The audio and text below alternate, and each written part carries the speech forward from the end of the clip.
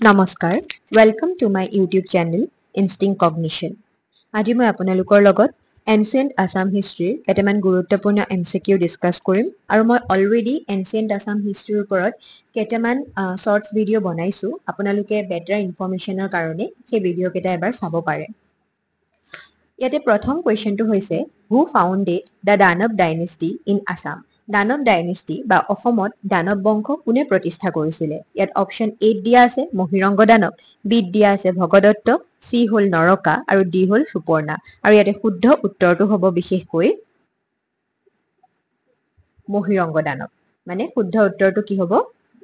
এই অপচনটো যেটো হয় সেই অপচনটো শুদ্ধ হ'ব মহিৰংগ দানৱই আছিল দানৱ বংশৰ প্ৰতিষ্ঠাপক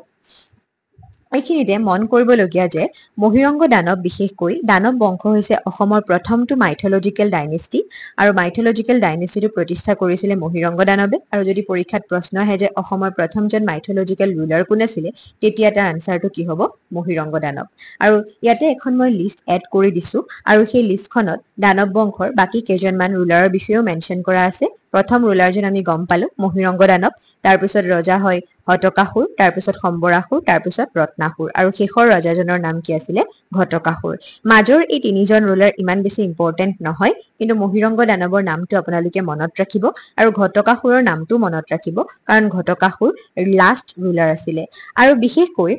ঘটকাসুৰৰ লগতেই নৰকাসুৰৰ এখন যুদ্ধ হৈছিল আৰু এই যুদ্ধৰ ফলস্বৰূপে নৰকাসুৰে ভৌম বংশৰ প্ৰতিষ্ঠা কৰিছিল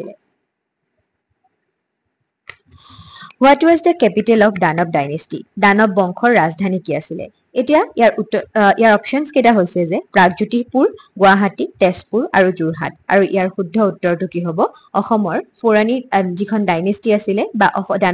দানৱ ডাইনেষ্টিৰ যিখন কেপিটেল আছিল সেই কেপিটেলখনৰ নাম কি হয় প্ৰাগজ্যোতিষপুৰ আৰু অসমৰ পুৰণি নামটো কি হয় প্ৰাগজ্যোতিষপুৰ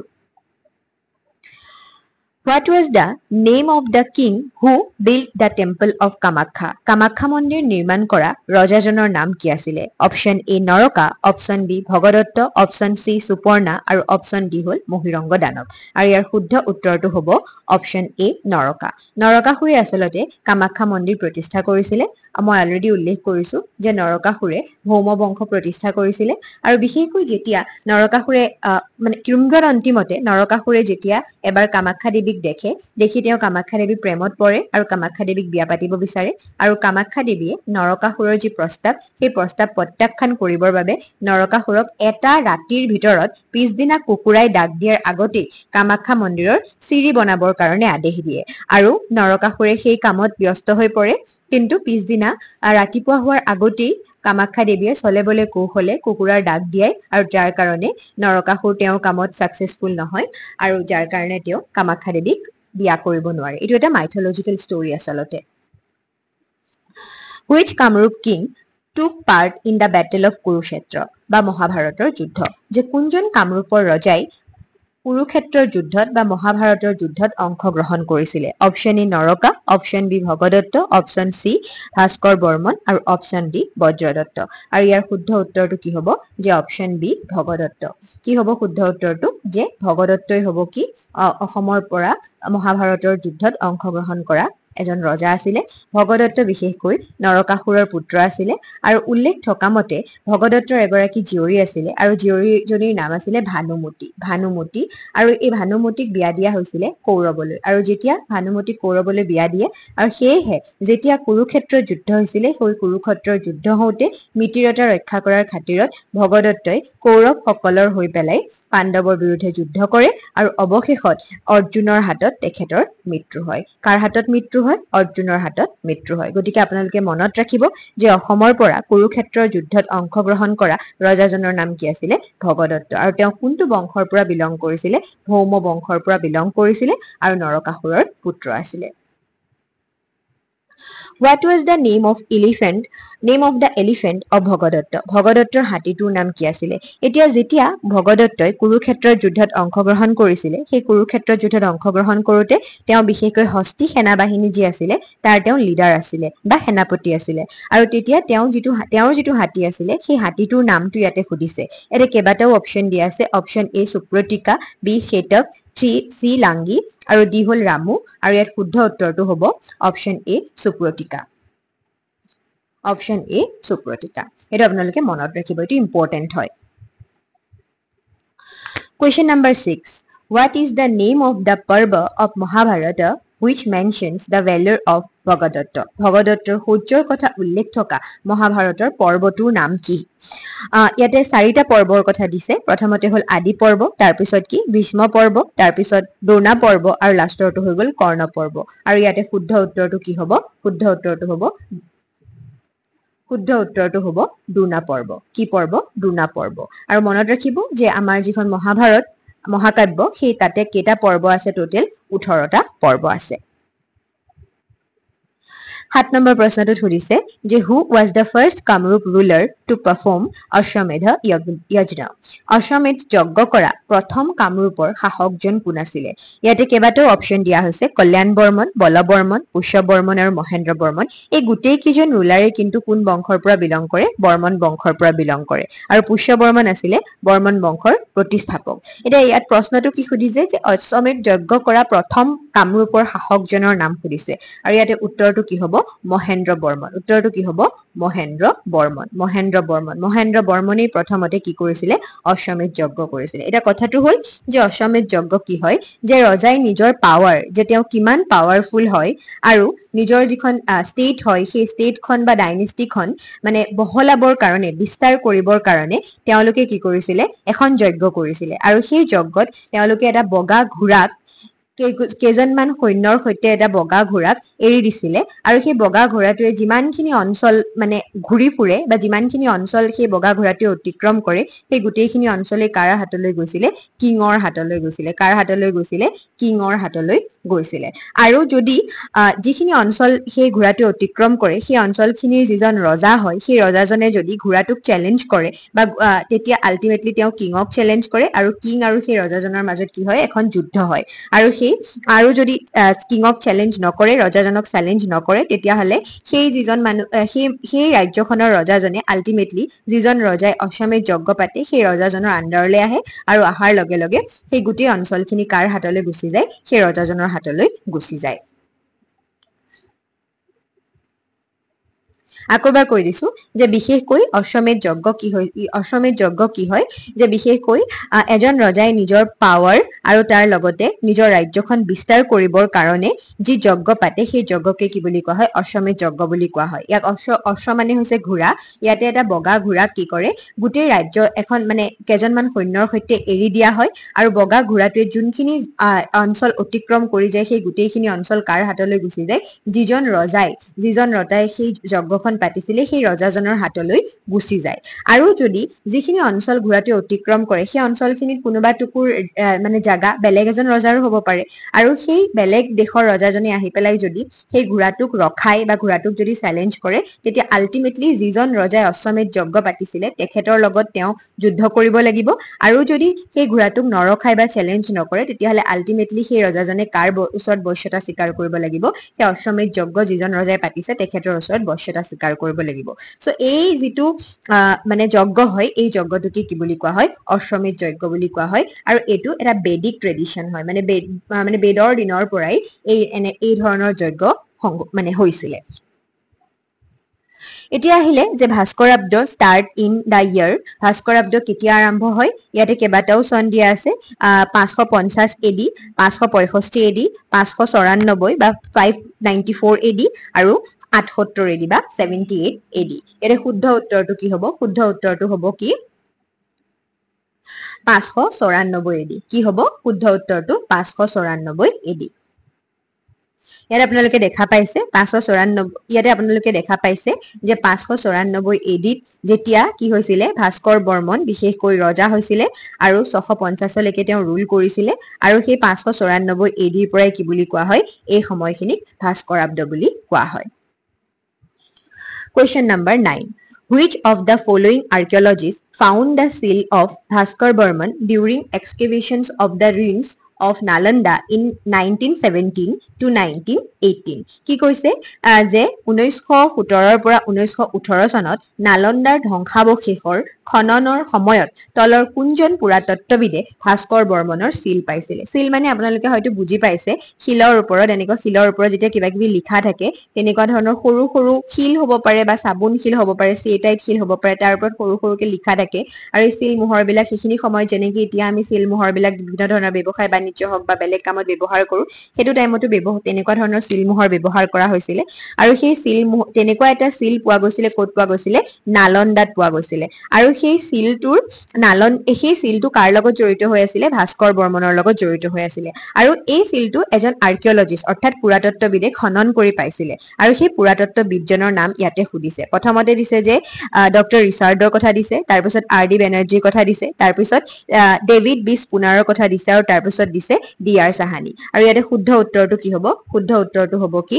ডক্টৰ ডেভিড বি স্পুনাৰ আৰু ইয়াতে আপোনালোকে এই ছবিখন দেখিছে যে এইটোৱে হৈছে সেই সিলটো আৰু ইয়াৰ টাইম পিৰিয়ডটো কিমান হয় 643 AD 643 AD আৰু ভাস্কৰ বৰ্মনে কেতিয়াৰ পৰা কেতিয়ালৈকে ৰুল কৰিছিলে 594 ৰ পৰা আৰম্ভ কৰি পেলাই 650 লৈকে ৰুল কৰিছিলে আৰু 643 AD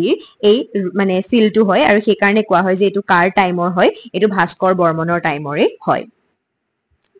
10 নম্বৰ প্ৰশ্নটো চাওক according to Huang Sang's account of Kamrupa Siuki which of the following statement is are correct কি কৈছে কামৰূপৰ বিষয়ে হিউৱেং চাঙৰ বিৱৰণী অনুসৰি তলৰ কোনটো উক্তি শুদ্ধ আৰু সঠিক কামৰূপে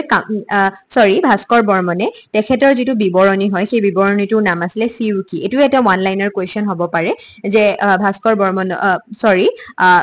হিউৱেং চাঙৰ টুকাটোৰ নাম কি আছিল সিউকি আৰু এই সিউকি টুকাটোত তেওঁ কিছুমান বস্তু মেনশন কৰিছিলে আৰু ইয়াতে সেইখিনিৰ বিষয়ে দিয়া আছে আৰু কোনকিটা ইয়াৰ ভিতৰত শুদ্ধ বা কোনটো ইয়াৰ ভিতৰত শুদ্ধ হেতু ইয়াতে বাছিবলৈ দিছে প্ৰথমৰটো দিছে যে the country of Kamrupa is about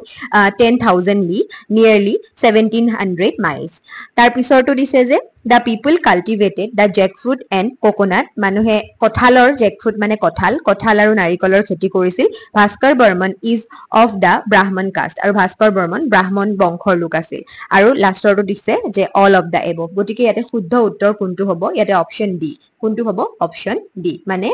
এই গুটেই কিটা ওপৰৰ যিকিটা বস্তু ইয়াতে মেনশন কৰা আছে যেনেকৈ ইয়াৰ যেটো মাটিকালি দিয়া আছে হেতু শুদ্ধ হ'ব মাটিকালি যেটো দিয়া আছে বিশেষকৈ 10,000 লি তাৰ পিছত কি দিছে যে কাল্টিভেট কি কৰিছিলে জ্যাক ফ্ৰুট আৰু কোকোনাট কাল্টিভেট কৰিছিলে ভাস্কৰ বৰ্মন ব্ৰাহ্মণ কাষ্টৰ লোক আছিল তিনিউটাই শুদ্ধ আৰু তিনিউটাই কোড মেনশন কৰা আছে সিউকিত মেনশন কৰা আছে আৰু এইজন হৈছে বিশেষকৈ হিউৱেং চাঙৰ এখন ফটো হয় এখন ইয়াতে দিছে যে দা তান্ত্ৰিক এটা 11 নম্বৰ প্ৰশ্নটোলৈ আহিছো দা তান্ত্ৰিক টেক্সট যোগিনী তন্ত্ৰ is dedicated to the worship of two goddesses one is Kali and the other one is তান্ত্ৰিক গ্ৰন্থ হয় যোগিনী তন্ত্ৰ এখন আৰু তাতে দুগৰাকী দেৱীৰ পূজাৰ কথা উল্লেখ আছে আৰু তাৰে এগৰাকী কোন হয় কালী গতিকে আন গৰাকীৰ নামটো সুধিছে আৰু যেহেতুকে মই অসম হিষ্ট্ৰী পঢ়াই আছো গতিকে আপোনালোকে ধৰিবই পাৰিছে ইয়াত আন গৰাকীৰ নামটো কি হ'ব বাৰু আন গৰাকীৰ নামটো কি হ'ব কামাখ্যা কি হ'ব কামাখ্যা গতিকে শুদ্ধ উত্তৰটো কি কামাখ্যা অপচন বি এতিয়া আহিলে question number 12 which of the following pair are correctly mates তলৰ কোনটো জোৰ সঠিকভাৱে মিল আছে মানে কোনকেইটা জোৰা ইয়াত সঠিকভাৱে মিল আছে বুলি সুধিছে এটা প্ৰথমতে চাওক পুষ্য বৰ্মন ফাউন্ডাৰ অফ বৰ্মন ডাইনেষ্টি শুদ্ধ মই অথনিও কৈছো যে বৰ্মন ডাইনেষ্টি কোনে ফাউন্ড কৰিছিলে কোনে প্ৰতিষ্ঠা কৰিছিলে পুষ্য বৰ্মন এটো এটা ওয়ান লাইনাৰ কোৱেশ্চন হ'ব পাৰে তাৰ পিছত সেকেন্ডৰটো দিছে Bala Varman send diplomatic mission in China Bala বৰ্মনে কোলে পঠিয়াইছিলে বুলি কৈছে চাইনালৈ এটা ডিপ্লোমেটিক মিশন পঠিয়াইছিলে এটো ভুল বল বৰ্মনে পঠিওৱা নাছিলে কোনে পঠিয়াইছিলে কল্যাণ বৰ্মনে পঠিয়াইছিলে কোনে পঠিয়াইছিলে কল্যাণ বৰ্মনে পঠিয়াইছিলে গতিকে এটো ভুল হয় সেকেন্ডৰটো ভুল হয় আৰু থাৰ্ডৰটো দিছে কি Salastambha last ruler of Mlechchha dynasty মানে শালস্তম্ভক ম্লেচ যিখন ডাইনেষ্টি আছিলে সেই ডাইনেষ্টিখনৰ লাষ্ট ৰুলাৰ বুলি কৈছে লাষ্ট ৰুলাৰ নহয় তেওঁ কি আছিলে ফাৰ্ষ্ট ৰুলাৰ আছিলে আৰু সেই কাৰণে এই ডাইনেষ্টিখনক আৰু এটা নামৰে জনা যায় কি বুলি জনা যায় শালস্তম্ভ বুলিও জনা যায়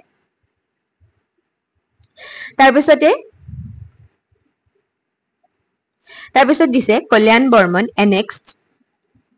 দবকা কিংডম টু কামৰূপ আৰু থাৰ্ডৰ লাষ্টৰটো দিছে যে কল্যাণ বৰ্মনে কি কৰিছিলে দবকাৰ পৰা কামৰূপলৈকে তেওঁ মানে দবকাৰ পৰা কামৰূপলৈকে তেওঁ এনেক্স কৰিছিলে, তেওঁ অধিকাৰ কৰিছিলে। এইটো কিন্তু শুদ্ধ। প্ৰথমৰটো শুদ্ধ আৰু লাষ্টৰটো শুদ্ধ, আৰু এই দুটা ভুল। কিয় ভুল? যে বলবৰ্মনে ডিপ্লমেটিক মিছন পঠিওৱা নাছিলে। কোনে পঠিয়াইছিলে? কল্যাণ বৰ্মনে পঠিয়াইছিলে। আৰু শালস্তম্ভ লাষ্ট ৰুলাৰ নাছিলে, তেওঁ কি আছিলে? ফাৰ্ষ্ট ৰুলাৰ আছিলে, তেওঁ ফাউণ্ডাৰ আছিলে। গতিকে ইয়াতে কোনটো অপশ্যন শুদ্ধ হ'ব? 1 আৰু 4, চি অপশ্যনটো শুদ্ধ হ'ব। কোনটো অপশ্যন শুদ্ধ হ'ব? চি অপশ্যনটো শুদ্ধ হ'ব। হয়, চি অপশ্যনটো শুদ্ধ হ'ব। এতিয়া চাওক, which one 13 নম্বৰ কুৱেশ্যনটো, which one of the following mentioned item was not sent as a gift from Bhaskar Barman to Harshavardhan? ইয়াতে কি কৈছে? তলত যিকেইটা আইটেমৰ বিষয়ে মেনশ্যন কৰা আছে, যে তলৰ বস্তুবোৰৰ ভিতৰত কোনটো বস্তু ভাস্কৰ বৰ্মনৰ, এইটো বৰমানৰ হৈ আছে, এইটো ভুল হৈ আছে দেই, এইটো ভুল হৈ আছে, এইটো বৰ্মন হ'ব, আকাৰডাল নহয়, বৰ্মনৰ পৰা হৰ্ষবৰ্ধনলৈ উপহাৰ হিচাপে প্ৰেৰণ কৰা হোৱা নাছিল। ইয়াত তলত যিকেইটা বস্তু দিয়া হৈছে, যেনেকে পেইণ্টিংছ, পাত আৰু তুলিকা, পাত আৰু তুলিকা মানে বুজিছে নহয়, মানে পাত আৰু তাৰ লগত ব্ৰাছ, মানে কাগজ বুলি ধৰিব পাৰে, আৰু তাৰ লগত ব্ৰাছ। তাৰপিছত কৈছে এলিফেণ্টছ। থাৰ্ডৰটোত কি কৈছে? ৰয়েল আমব্ৰেলা, মানে আগৰ দিনত যিবিলাক ৰয়েল আমব্ৰেলা ইউজ কৰিছিলে, আমাৰ নৰ্মেল ৰজাবিলাকে কিছুমান ৰয়েল আমব্ৰেলাছ ইউজ কৰিছিলে, ৰয়েল আমব্ৰেলাছ ইউজ কৰিছিলে, এনেকৈ অলপ সজোৱা মেলোৱা থকা। আৰু ফৰ্থৰটো দিছে a pair of Brahmani ducks in a case made of cane and overlaid with gold, মানে গ'ল্ডৰে বনোৱা এটা কেনৰ ভিতৰত এযোৰ বাহ্মণী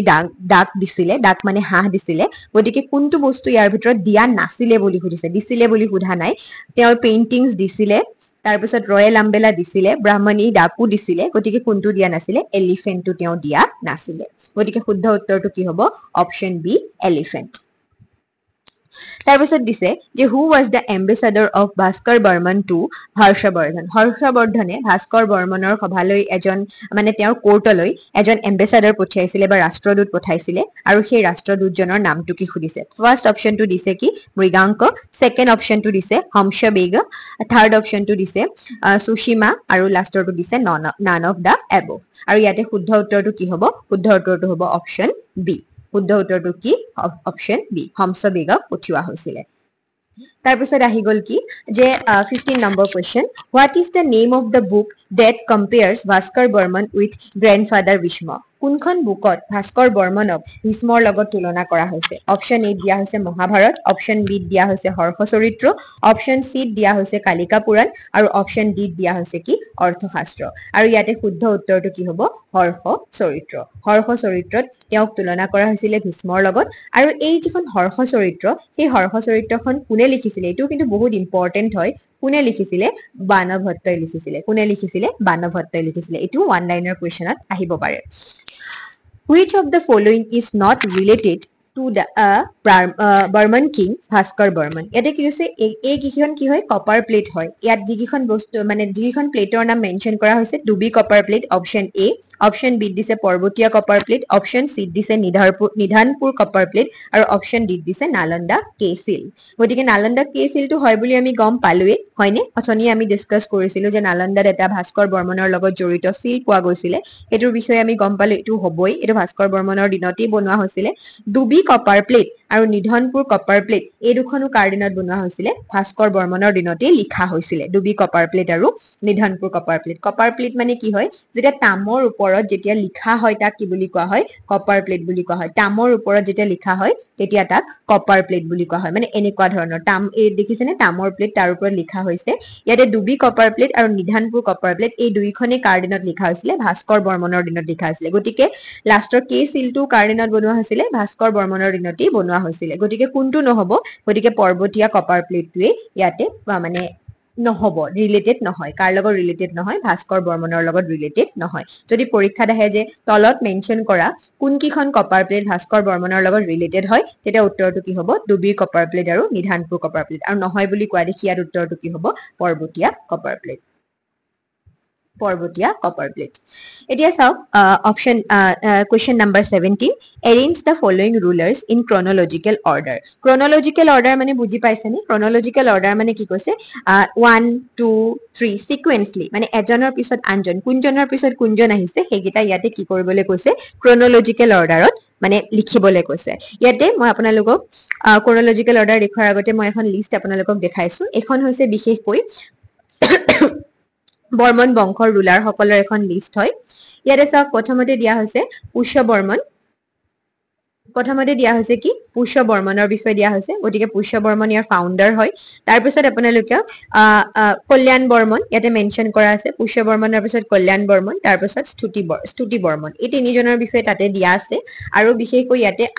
আৰু এজন ৰজাৰ বিষয়ে দিয়া হৈছে আৰু তেওঁ বিশেষকৈ শালস্তম্ভ ডাইনেষ্টি বা মেলেচ্ছ ডাইনেষ্টিৰ পৰা মেলেছ ডাইনেষ্টিৰ পৰা বিলং কৰে আৰু তেখেতৰ নাম হৈছে কি হাজৰা বৰ্মন গতিকে ইয়াতে এতিয়া কোনটো